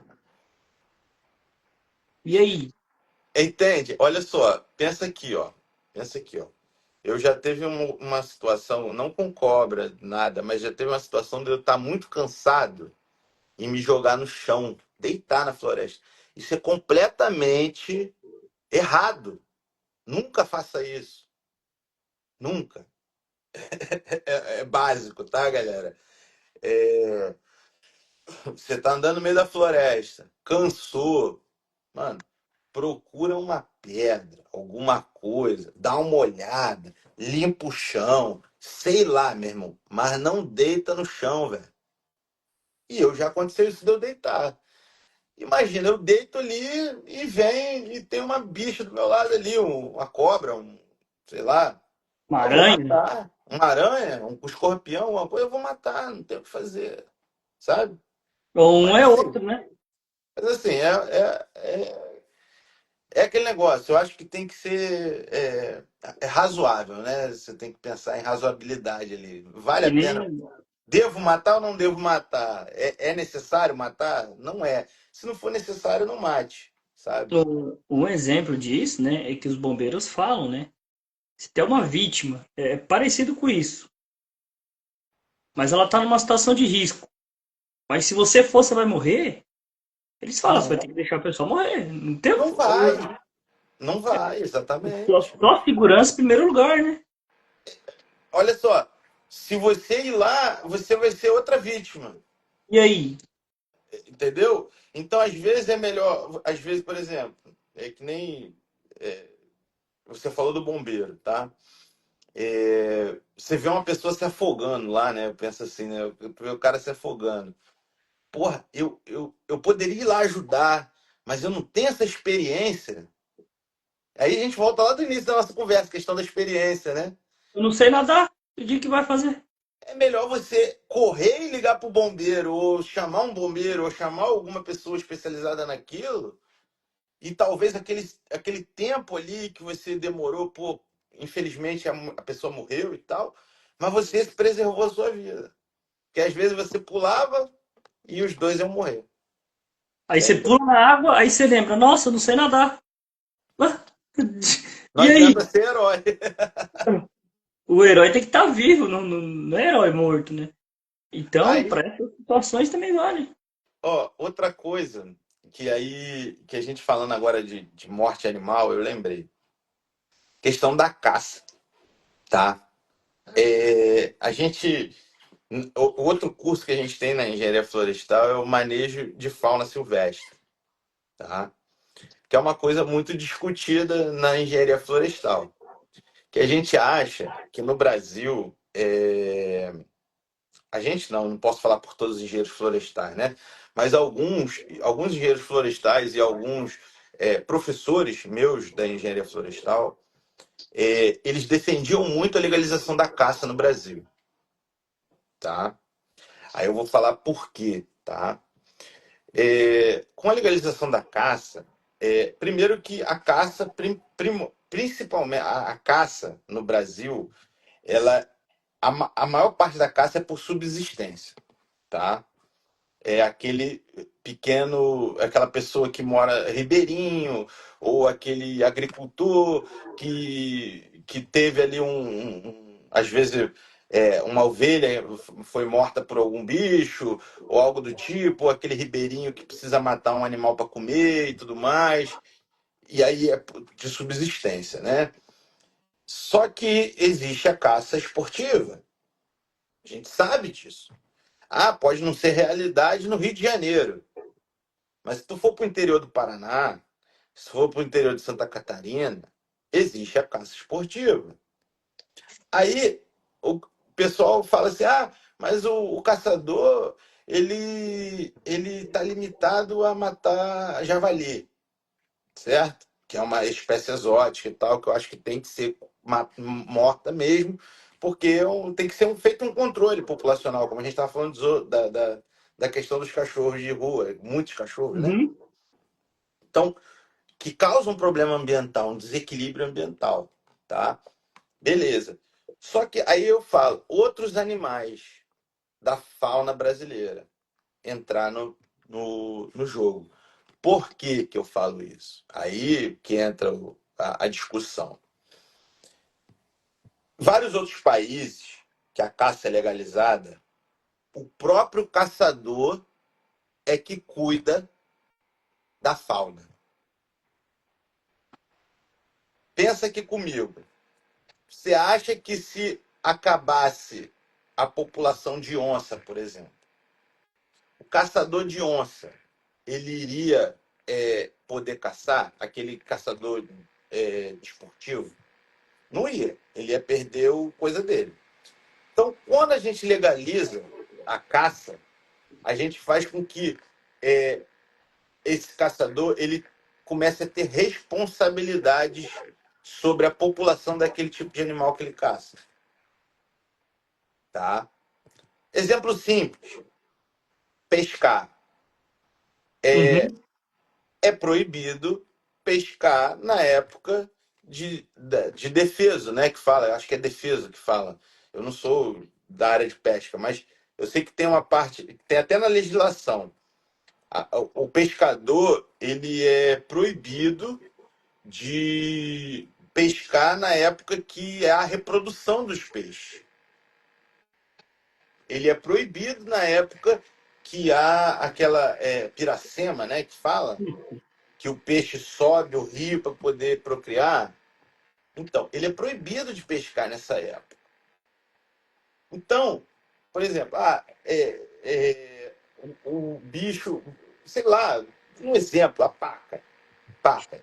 Todo mundo, todos os lugares que eu vou que fala de caça, não sei o que, o cara fala de carne de paca, tá? O capivara, né?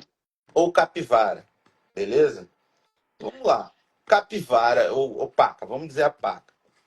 O cara quer caçar a paca, tá? Ele, primeiro, deveria ser feito um estudo completo de como funciona a população de paca no Brasil. Qual é o número de população, papapá, papapá, aquele negócio aqui. Faz por amostragem. Não precisa fazer, vou anilhar todas as pacas do Brasil. Não, não existe isso. Vai lá, amostragem ali, pá e tal. E, como que é a reprodução da paca? Na gestação ela só tem um bebê? Ela tem dois bebês? Quando que é a época que mais tem produção, que mais nasce? Ou então, por exemplo, a paca adulta. Quanto que é uma paca adulta? A paca adulta ela tem tantos quilos, sei lá. Então só pode caçar acima de tantos quilos. Sabe? Uma coisa assim, eu tô dando um exemplo, tá? Eu outra, mais uma vez, não é uma área, é uma opinião minha, tá? Então, assim, é, aves, tem gente que caça ave, que caça. Não tô falando passarinho, né? Não digo isso, mas essas aves e tal, não sei o que, é, pato, essas coisas. Uhum. Então, tipo assim, o cara, ele acaba tendo que ter esse período aí que ele vai diminuir a caça, diminuir não, né? Cessar a caça daquele animal para que ele mantenha a população. Aí vai entrar pessoas que vão falar para a gente assim, pô, Luiz, mas as populações de animais no Brasil já estão muito pressionadas. Pô, beleza, elas estão pressionadas, mas elas não estão pressionadas tanto pela caça em si. Elas estão pressionadas pela diminuição de vegetação. Outra, né? A gente está diminuindo o habitat deles. E a gente vai diminuindo, e- eles não tem para onde ir, sabe? Então, assim, é outra questão bem complexa, né? Uma questão que a gente tem que discutir. Eu acho que tem que ser feita essa discussão no Brasil. Eu acho que questão de desburocratizar e ao mesmo tempo fazer com que seja legal certas coisas que foram transformadas em ilegal no Brasil. É, que eu acho assim, que eu acho um absurdo, sabe? Você sai daqui você sai do Brasil, e vai para os Estados Unidos, é, você tem a caça esportiva como algo normal, sabe? Como algo bem americano de ser, vamos dizer assim. E no Brasil não tem isso, sabe? E eu acho assim, mas o americano, tal, não sei o quê. Acabou já a população de alce nos Estados Unidos? Acabou a população de urso nos Estados Unidos? Acabou a população? Não acaba. Por quê? Porque eles têm toda a questão do controle deles. De pode caçar em tal época, não pode caçar em tal época, sabe? Por quê? Porque há um manejo. O nome é manejo. E aí, essa é a palavra adequada para isso. Tanto para os animais quanto florestal. Então, vamos lá. O que acontece hoje em dia? O manejo florestal é algo que é muito caro de ser feito. Então, os pequenos agricultores, eles não conseguem fazer o manejo florestal de forma adequada. Agora, por exemplo, você vai lá, eu acho que, se eu não me engano, é Floresta Nacional dos Tapajós, eu acho, um negócio assim, que existe o manejo florestal dentro de um parque nacional, tá? De extração de madeira legal, feita através da cooperativa dos moradores ali, dos ribeirinhos que moram dentro dessa floresta nacional. Então, assim, eu acho que esse tipo de iniciativa é uma iniciativa imensa, importantíssima. Por quê? Imagina aqui comigo. Você é de Minas? Não, Sou do Paraná. é do Paraná. Imagina comigo aqui que os agricultores da sua região, eles se juntam e tem um monte de floresta de araucária aí, né? Ombrófila mista, né? Uhum. O famoso Pinheiro do Paraná, tem até tatuado na minha perna. Ele, cara, é uma madeira excelente, é uma madeira magnífica. E imagina se os agricultores da sua região, eles se juntam e pegam as reservas legais deles, tá? Que é muita coisa, que se você pensar, eu não sei quanto é que está no Paraná, quantos por cento? É 25% que tem que deixar? 20%? Se eu não me engano, é 25. 25, beleza. Aí vamos lá, o cara tem 10 hectares, 2,5 hectares ele tem que deixar de floresta. Aí, por exemplo, para ele é caro fazer o manejo. Mas, por exemplo, imagina se ele vai lá na associação dele lá de agricultores ou alguma coisa assim, aquela associação contrata uma empresa para fazer todo o licenciamento do manejo, né? Porque precisa ser licenciado pelo IBAMA, mas fazer o manejo dessas áreas florestais. Tu imagina, isso é legal. Isso é possível no Brasil. Isso é possível no Brasil. De acordo com o Código Florestal Brasileiro, a reserva legal pode ser feito manejo florestal. Pouco, eu acho impressionante quando o agricultor ele fala da reserva legal dele com ódio. Ele não sabe o ouro que ele tem. Só que ele precisa fazer o tal do manejo florestal. E o tal do manejo florestal só é feito por um profissional de engenharia florestal, tá? Que ele vai fazer o inventário, ele vai dizer, ó, essa árvore aqui pode cortar, daqui a tantos anos a outra pode cortar, daqui a tantos anos a outra pode cortar. Olha, abrindo vagas, né? Tu entende? Aí o exemplo, você que tem experiência, você faz, aí você precisa de uma ajuda, você chama o cara que está iniciando, né? Olha o sistema fluindo. Entendeu? Entende como que funciona? Agora, se for um agricultor que tem 2,5 hectares, complica a vida dele. Uhum. porque ele não vai conseguir fazer esse manejo. Ele não vai, é caro, vai se tornar inviável para ele. E aí o que torna-se viável em grandes propriedades, entende? Então, assim, é uma coisa que lá no Pará, se eu não me engano, ou na Amazônia, não me lembro agora, esse parque nacional, é feito esse manejo. Porque lá são áreas extensas de floresta, onde eles conseguem cortar uma árvore e esperar 50 anos para voltar naquele lugar de novo. Uhum. Entende? Uhum. Agora, se eu falar isso para um fazendeiro em, no Paraná, ele vai falar, pô, cara, mas aí eu tenho 2,5 hectares, só posso cortar 3 árvores, tô dando um exemplo, tá? 3 árvores, e só posso daqui a 20 anos cortar outra. Aí fica pesado para ele. Mas, por exemplo, imagina, todos esses, vamos dizer, ele tem 10 hectares, e aí o outro tem 20, o outro tem 30, o outro tem 15, o outro tem, sabe? E vai somando, e aí eles fazem o manejo da área deles todinho. E aí, aí é uma cooperativa, né?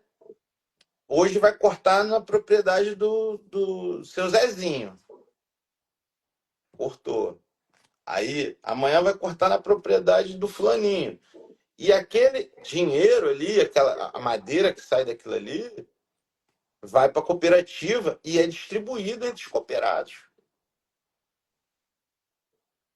Então, tipo assim, o seu fulaninho não vai precisar esperar 50 anos para colher a araucária dele de novo. Ele vai ganhar vai vir a empresa, a cooperativa, vai cortar aquela árvore dele e aquela árvore dele vai ser diluída por todos os cooperados. Tá aí, ó, uma ideia ótima de atuação. Cara, posso te pedir um negocinho para eu Pode, ir no pode. banheiro rapidinho? Ah, Comer uma tranquilo. que eu preciso. Enquanto isso aí, galera, vamos esperar ele no banheiro. Fizeram duas perguntas aqui. Uma foi o Josemar fez. Vou estar fazendo para ele assim que ele voltar. Deixa eu só achar a pergunta aqui. E a outra foi a Priscila que fez. Cadê? Deixa eu ver se eu vou achar a pergunta aqui. Ah, achei aqui, ó. Pronto. Vou fazer a da Priscila primeiro. E depois eu vou fazer a do Josemar. Lembrando, tá, galera, que quem fez esse intercâmbio pra gente conversar foi o Josemar. Me passou o número dele ali no WhatsApp. E a gente conversou semana passada e conseguimos acertar a nossa conversa de hoje. Bom, vou fazer duas perguntas que fizeram aqui para você. Pode. A primeira é da Priscila. Qual a importância do GPS na engenharia florestal? E se é necessário? Extremamente necessário. Hoje em dia a gente tem o celular, né? Deixa Uhum. eu encostar aqui a porta, porque meu pai chegou e os cachorros vão começar a latir.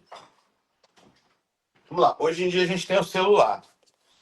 Esses celulares, hoje em dia, a gente tem o GPS já integrado nele. Existem diversos softwares que são especializados para fazer a coleta de dados de GPS. Tá? Isso aí, inegavelmente, a tecnologia avançou muito, beleza? Mas, infelizmente, o celular ele não tem a precisão e o rigor que um GPS. Tá? Ele tem, tá cada vez melhor. Isso aí eu não tenho dúvida.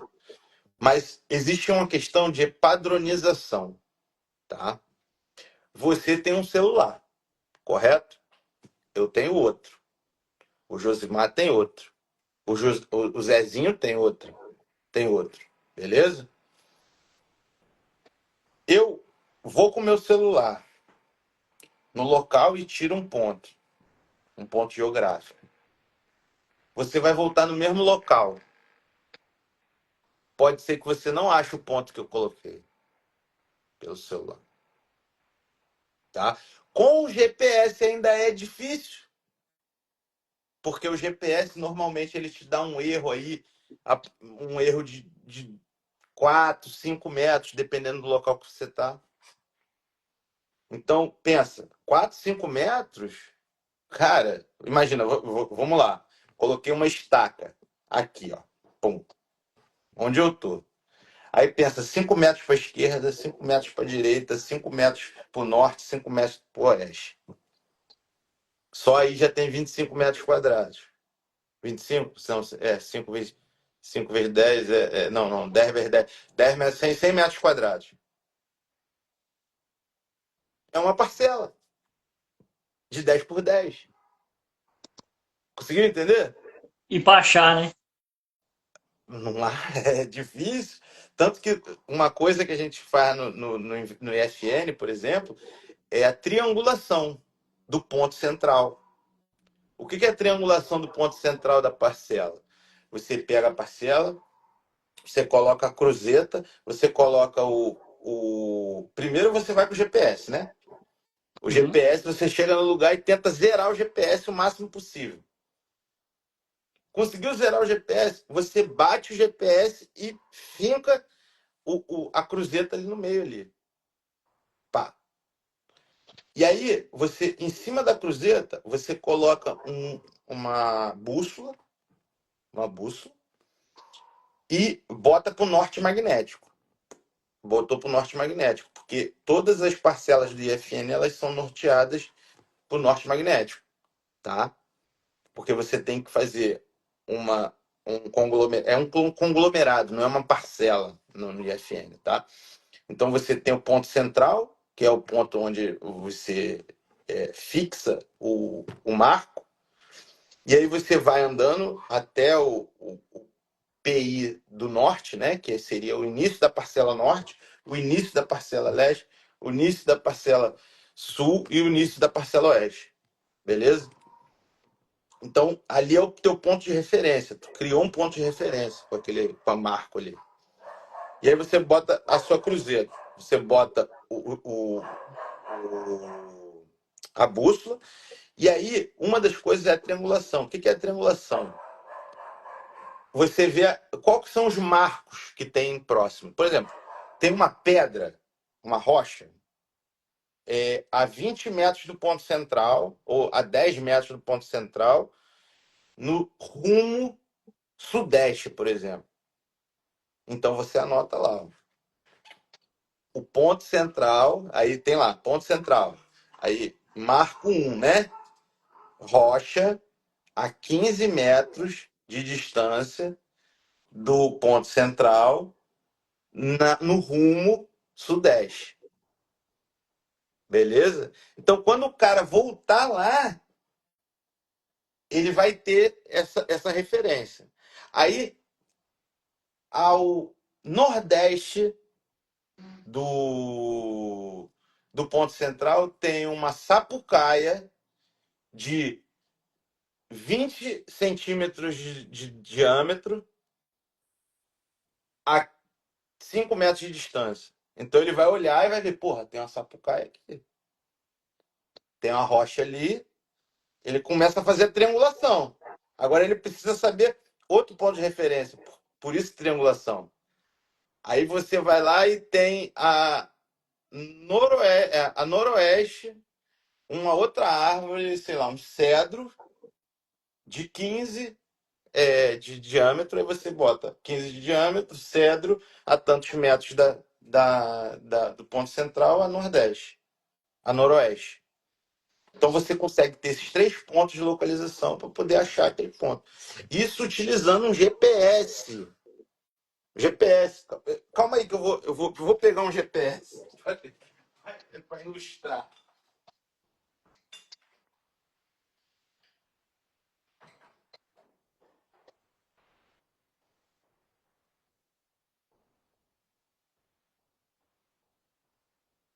Próxima pergunta já vai ser do Josemar, que ele já fez um tempinho. E agora já dá pra gente falar sobre isso. Só esperar ele voltar agora. Ó, isso com um equipamentinho desse aqui, ó. Desse aqui. Um equipamentinho desse aqui custa uns, quê? Uns 2.500, R$ 3.000 atualmente. Outra coisa, vamos lá. Por que que o GPS, em vez de um celular? Tô lá no meio da floresta. Tem tomada? Não tem. Hum, Ah, eu tenho power bank. Ah, tem power bank? Beleza. Você tá 3 dias na floresta amazônica. Tem power bank? Tem tomada? Tem gerador? Não tem. Esse aqui você abre aqui e bota uma pilha. Aí você me diz assim: é necessário um GPS? Depende. Depende. Você trabalha onde? Qual tipo de dado você vai coletar? Qual que é o nível de precisão que você quer? Entende? uhum, Então, assim, você vai fazer ali um licenciamento, vai fazer um inventário, ou vai marcar umas árvores ali na tua cidade, que para fazer um licenciamento de corte, ou para fazer um licenciamento de, sei lá, de poda, por exemplo. Na minha cidade é obrigatório. Para fazer a poda, você tem que fazer um, entre aspas, um licenciamento. Não é licenciamento. Você faz um pedido para pedido de autorização de poda para a prefeitura. Então, nesse pedido, você tem que colocar lá é, localização, coordenada tal, longitude, latitude, papapá. Além disso, ainda vai endereço, rua e tal. Assim. Então, assim, para esse tipo de finalidade, eu não preciso de um GPS desse. Como é que eu posso dizer? Não é prático eu usar esse. Eu vou com o meu celular, que a gente está conversando aqui agora, vou lá, pum, coleto um ponto com o celular, tá tranquilo. Eu jogo no QGIS e tal, vai dar lá certinho o ponto. Bonitinho. Onde você queria. Mas e aí o nível de precisão? Aí, por exemplo, eu o nível de precisão não, a finalidade, né? Aí, por exemplo, tô no meio da floresta. O meu celular eu uso para tirar foto na mata, né? Eu uso muito para tirar foto das árvores, das plantas e tal, para poder fazer identificação. A bateria vai basicamente sendo usada para isso. E chega às vezes no final do trabalho, a bateria está quase acabando. E isso porque eu tiro o sinal dele, eu boto ele em modo avião, aquele negócio todo. Com isso aqui, eu fico com uma pilha, eu fico 3 dias, 4 dias com ele ligado, entendeu? uhum, Então, assim, vai do que a pessoa quer. Eu estou falando 3 dias ligado direto, 24 horas, coletando dado. E outra coisa, uma coisa é você pegar um ponto, outra coisa é você coletar o teu caminho todinho. Isso aqui vai coletando todo o teu caminho. Ah, o celular também, mas e o consumo de energia do celular? Eu não estou defendendo a empresa não, tá? Não estou não, porque existem outras empresas. Claro que a Garmin é uma das mais famosas do mundo. Mas assim, é, depende da finalidade, sabe? Eu sou um cara que eu utilizo. Eu utilizo ele. Agora, existem diferenças, tá? Existem diferenças. GPS de localização. GPS topográfico, tá? E GPS geodésico, beleza? uhum. O GPS de localização, ele pode me dar um erro aí de 2, 3, 5 metros. Depende do lugar. Tem lugar que vai dar mais, tem lugar que vai dar menos. O GPS topográfico, ele pode me dar alguns centímetros de erro, tá? O geodésico ele vai dar milímetros, beleza? Finalidade, uso de GPS geodésico, tá? É, desculpa. Beber uma água. Finalidade desse aqui, do geodésico, desculpa, perdão. Do geodésico. É, georreferenciamento de imóveis rurais. De grande escala. Lembra que eu te falei de grande escala?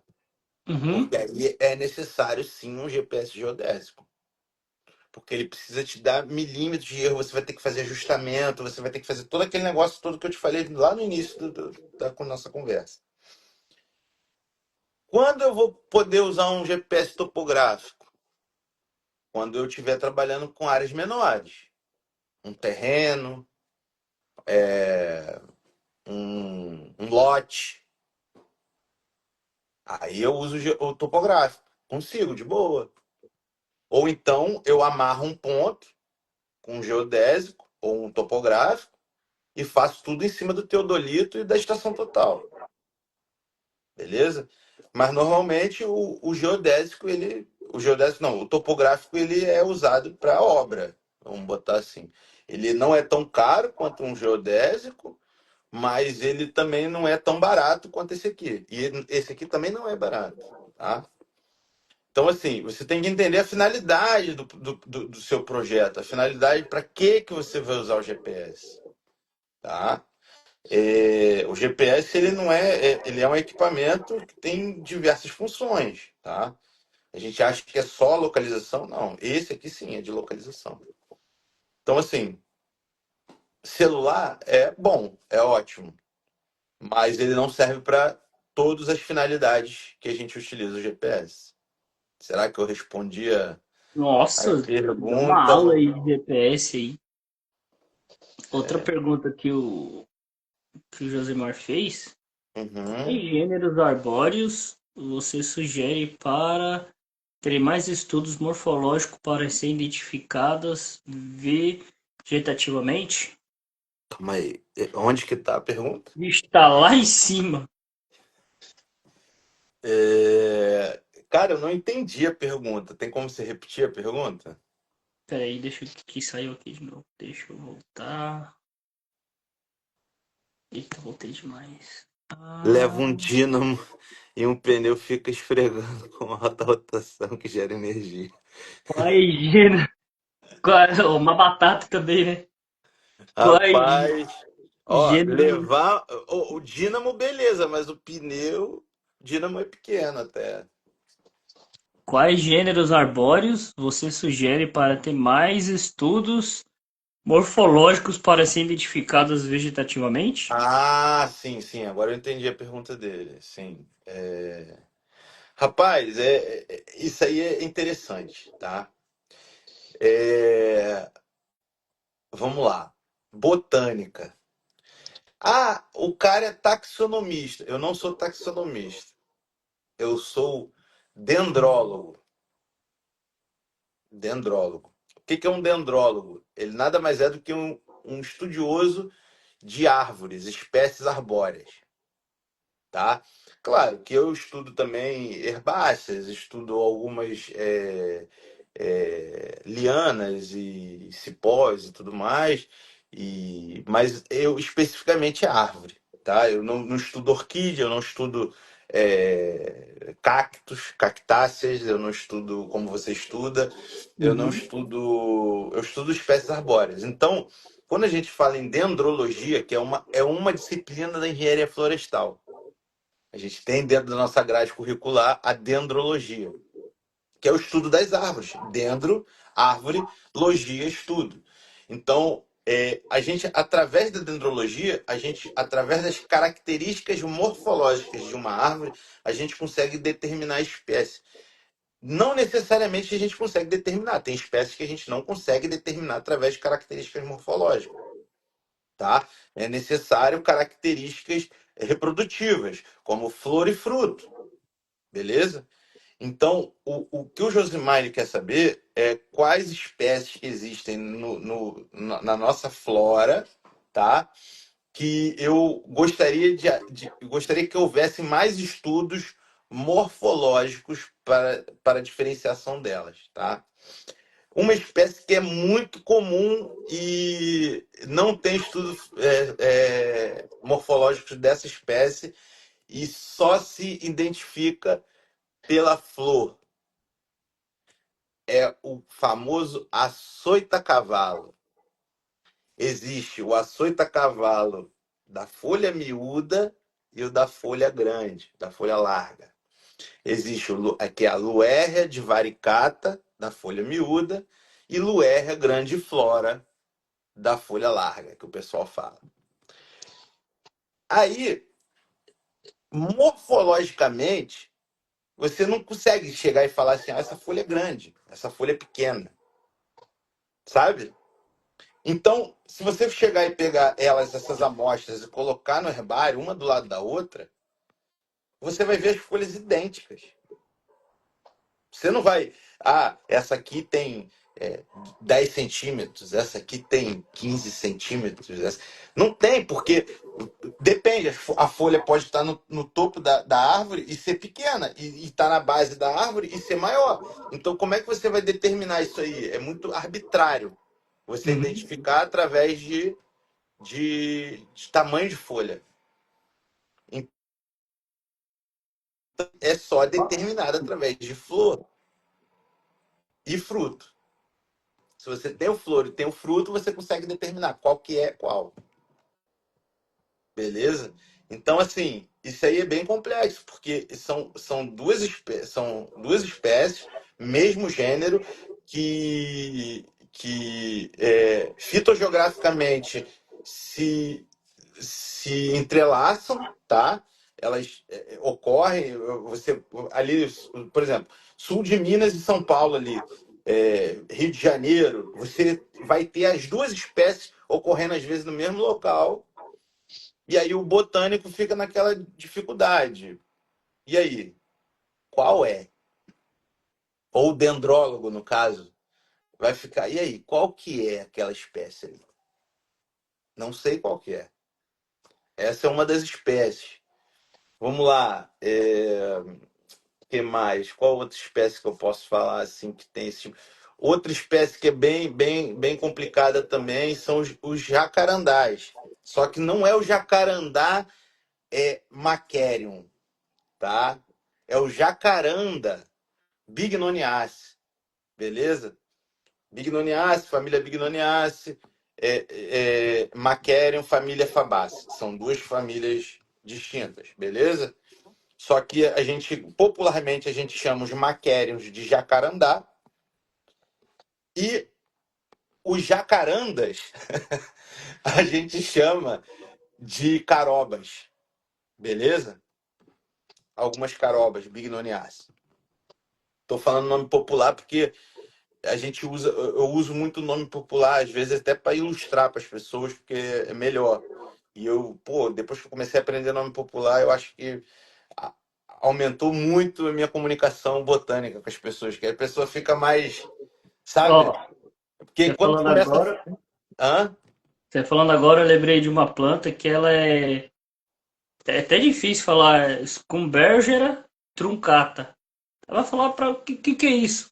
Que negócio é esse? Tu É a fala para um flor de produtor maio. rural, tu vai chegar para um produtor rural e vai falar, pô, que exemplar magnífico de Macerium brasiliensis. Oh, que exemplar magnífico de Tabebuia, Tabebuia não, nem é mais Tabebuia, Androanthus quizotricus. Oh, tu não vai falar, tu vai falar o ipê amarelo, ali o jacarandá, ali o cedro, ali, sabe? Você vai, não vai. Cedrela officilis, Balfurodendro, o marfim, pau marfim, Balfurodendro redelineano. Pô, Nossa! tu vai complicar a vida da pessoa. Então, tipo assim, voltando lá para aquela diferenciação, né, dos gêneros, né? Então, assim, já diferenciei aqui, ó. Esquece o jacaranda, nome popular, e Maquerium, tá? A gente vai para as bignoniáceas, que é o gênero jacaranda. Lembra que olha como é que eu tô falando, jacaranda, não é nem porque Uhum. entre aspas latim, né? Eu não sei falar latim, mas diz que é em latim, então a gente dá Os um. dois. Isso. Então, esse gênero, ele é um gênero muito complexo de identificação através de caracteres morfológicos. Ah, muitas das vezes é falado em, é, como é que eu posso dizer, a margem do folíolo, do foliolo, né? Aí Uhum. entra a questão da morfologia vegetal, né? Essa espécie não, esse gênero, ele é um gênero que ele tem uma folha composta bipinnada. Então, ela tem uma folha grande, dividida e subdividida. Então, ela tem é, folha, folíolo e foliolos, os pequenininhos, tá? Bipinnada. Então, nos foliolos vai ter a margem, as margens, um vai ter crenada, a outro vai ter inteira e o outro vai ter serrilhada. Mas assim, isso bem, não tem um estudo dizendo isso. Isso aí a gente aprende é, no dia a dia, sabe? E comparando Uhum. cicatas e tal, ó, essa aqui já foi determinada como jacaranda mimosifólia. Esse aqui já foi caracterizado como jacaranda,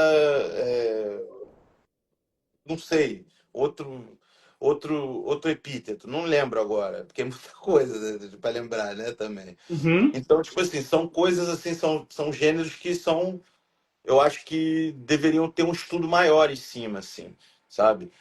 Dendrologicamente, morfologicamente, como disse o Josimar, entende? Ter mais atenção para esses, esses gêneros, mas no sentido de identificação morfológica, identificação dendrológica. Porque a identificação através de estruturas reprodutivas, como flor e frutos, isso aí tem, isso aí tá mais do que, pô, isso aí não tem, isso aí tem estudos mais do que suficientes para isso, tá? Mas aí existe aquela questão logística, né? Pô, eu tô indo lá fazer um inventário hoje. Estamos no inverno. Às vezes não tem a folha. Aí tem só a flor. Aí a flor eu consigo, beleza. Mas se eu for lá no verão e só tiver a folha e não tiver a flor e nem o fruto, como é que eu resolvo isso? Como é que eu identifico? Ah, eu vou ter que acompanhar aquele fragmento o ano inteiro para esperar aparecer a flor? Imagina quão caro iria ficar um inventário desse. Uhum. Consegue entender? Então, tipo assim, a dendrologia ela veio para facilitar muito a vida do botânico, a vida do dendrólogo, do inventariante, do engenheiro florestal, do biólogo que está ali fazendo o inventário. Beleza. Mas aí a taxonomia, ela começa a determinar a espécie com características que não são só morfológicas. E aí isso aí dificulta e acaba que você pegar alguns trabalhos de inventário de outras pessoas, aí vai estar lá, por exemplo, uma espécie que, cara, uma espécie não, um gênero que é a mírcia. Meu Deus do céu, que está dentro das mirtáceas, né? As mirtáceas em geral, elas são muito parecidas umas com as outras. Se você for pegar as eugênias, né, as pitangas, elas são muito parecidas umas com as outras. Algumas são bem diferentes uma das outras, mas no geral elas são muito parecidas. E muitas das vezes a identificação é através do fruto ou da flor, e muitas das vezes do fruto. E ela não dá fruto o ano inteiro. E aí, muitas das vezes, você vê lá nos inventários assim, ó, Eugênia SP, Eugênia, ou então Miss SP, sabe? Campomanésia SP, que são as. Aí vamos lá, pitangas eugênias, Mírcia são os guamirins e Campo Manésia seria as goiabas do campo, no caso, as araçás, vamos dizer assim. Então, tipo assim, são três gêneros aí complicadíssimos, riquíssimos em espécies, riquíssimos, muitas espécies no Brasil. Pouco exploradas, pouco estudadas, sabe? Com potencial econômico. Tá aí, ó. Quer que eu fale mais alguma coisa, ô Josimar? Tem mais alguma pergunta, meu Ó, amigo? ele falou aqui, reforçando o que ele falou.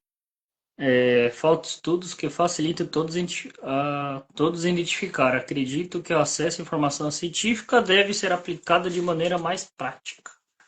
Exatamente. É o que basicamente eu disse aqui com outras palavras. É, Você fazer a determinação de certas espécies é muito complicado. Você fazer isso de forma correta, sabe? De forma taxonomicamente correta. Então, muitas das vezes o profissional sabe que é aquela espécie, mas ele não pode dizer que é por ele não ter uma prova daquilo ali. Ele não, se ele for ético, ele não vai dizer. Por exemplo, sou um cara que qualquer inventário meu que você pegar não vai ter se eu não souber qual é a eugênia, qual que é a pitanga. Se eu souber, beleza. Porque todo mundo fala assim, a pitanga é Eugênia uniflora. Beleza, a pitanga mais comum é Eugênia uniflora. Mas tem a multiflora, tem outras pitangas. Eu nem me atrevo a entrar nas pitangas, sabe? Eu nem me atrevo a ter. Agora, claro, se eu souber ali, por exemplo, Eugênia desentérica, que é a cagaita, beleza? É uma espécie do cerrado que você olha, bate o olho, você sabe que é, tá? A cagaiteira. Então, você não precisa da flor, da flor e nem do fruto dela para você determinar ela, beleza? Agora, por exemplo, quando eu comecei lá na faculdade, lá no herbário, lá no início, tudo para mim era Eugênia uniflora. Eugênia uniflora, Eugênia uniflora, Eugênia uniflora. Pode ser que no Rio Grande do Sul, onde eu estava estudando, era, que a diversidade é bem menor. Agora, quando tu vem para Minas, São Paulo, Rio, Mata Atlântica, que tem É 40, muito. 50 espécies de eugênia.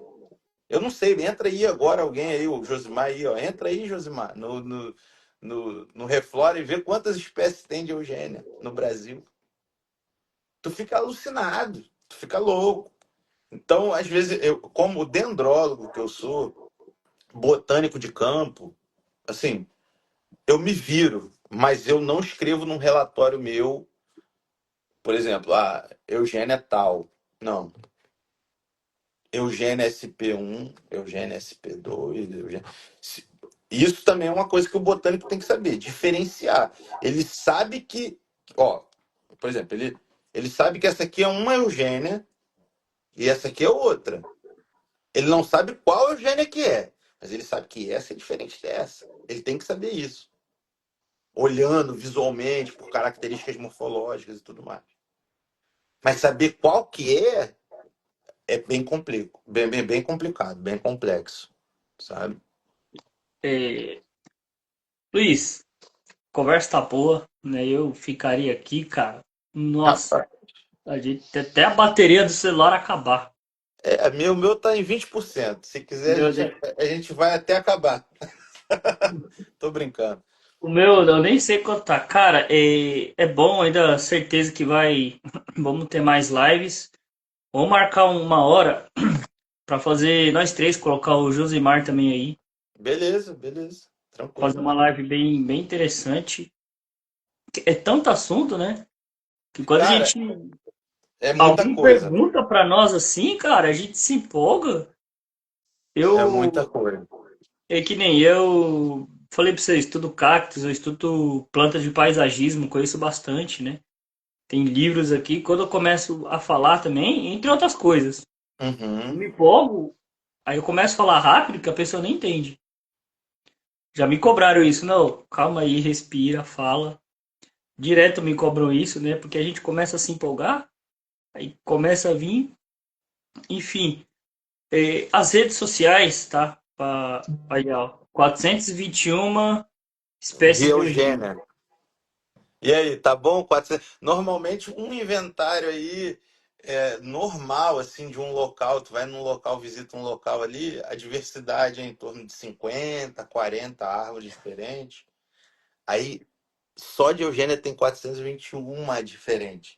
E aí você já tem que lembrar de 40 que você vai ter ali comum, aí às vezes pode aparecer uma rara, e ainda tem que lembrar.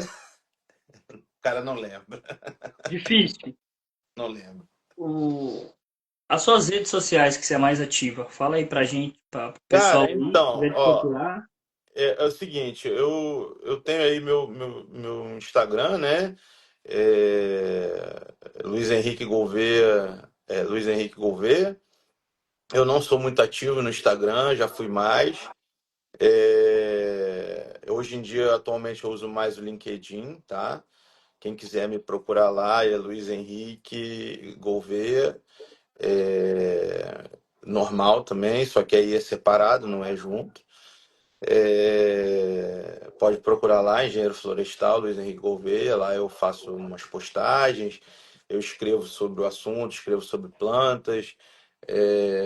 Eu tive um artigo há pouco tempo escrito com Josimar sobre os maquérios, né, os verdadeiros jacarandás brasileiros.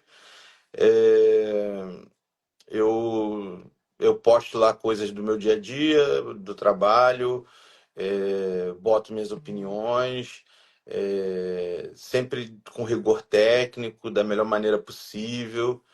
Então, eu sou isso aí, eu sou esse carioca aí, maluco, que muita gente diz que eu fui para engenharia florestal, né? Rio de Janeiro aqui a gente tem a maior floresta urbana do mundo, que é a Floresta Nacional da Tijuca, que na verdade é uma floresta plantada por Dom Pedro II, né? Então, assim, mas eu tô num centro urbano, muito urbano, sabe? E acabei indo para a área da engenharia florestal e vou viajando o Brasil todo aí através da minha profissão. E, e é isso, cara. E tô aí, quem quiser saber mais sobre engenharia florestal pode entrar em contato. Quiser parcerias, quem precisar de serviços, quem quiser algum conselho, alguma coisa que eu possa ajudar, estamos aí, tá? E é isso. Por um mundo verde aí. Eu vou deixar, que eu vou postar no YouTube, né? Eu vou deixar fixado assim no vídeo, as suas redes sociais também, vou colocar lá na descrição, para Beleza. todas as pessoas que tiver procurar de você. Cara, primeiro eu queria agradecer, né? Eu geralmente eu falo no começo, agradecer você pela essa honra aí de estar quase 2 horas aí disponibilizar o tempo, né? Que na verdade é o nosso bem mais precioso, É. né? É o tempo para conversar um pouco.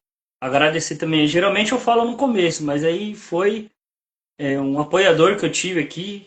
Se eu não me engano, é a terceira live. Tá apoiando aqui, tô até com o boné aqui da Cressol Maripá. Tá apoiando esse projeto aí, Show. do Protocolo Bill. Agradecer o Josemar também, já participou 2 vezes aí do Protocolo Bill, indicou você. Uhum. E certeza que vamos ter mais lives aí com os três aí, muito, muito assunto Mas para tem muito. conversar. Desculpa te interromper, muita coisa para falar. Tem muita coisa. Se fizesse acho que uma por dia ainda não daria o suficiente, né? Não. É papo para metro, para anos, né? Então, cara, bom final de semana, tá bom? Sucesso. Vamos conversando aí e boa noite a todos. Valeu, obrigado. Valeu. Fique com Deus. Tchau, tchau a todos aí.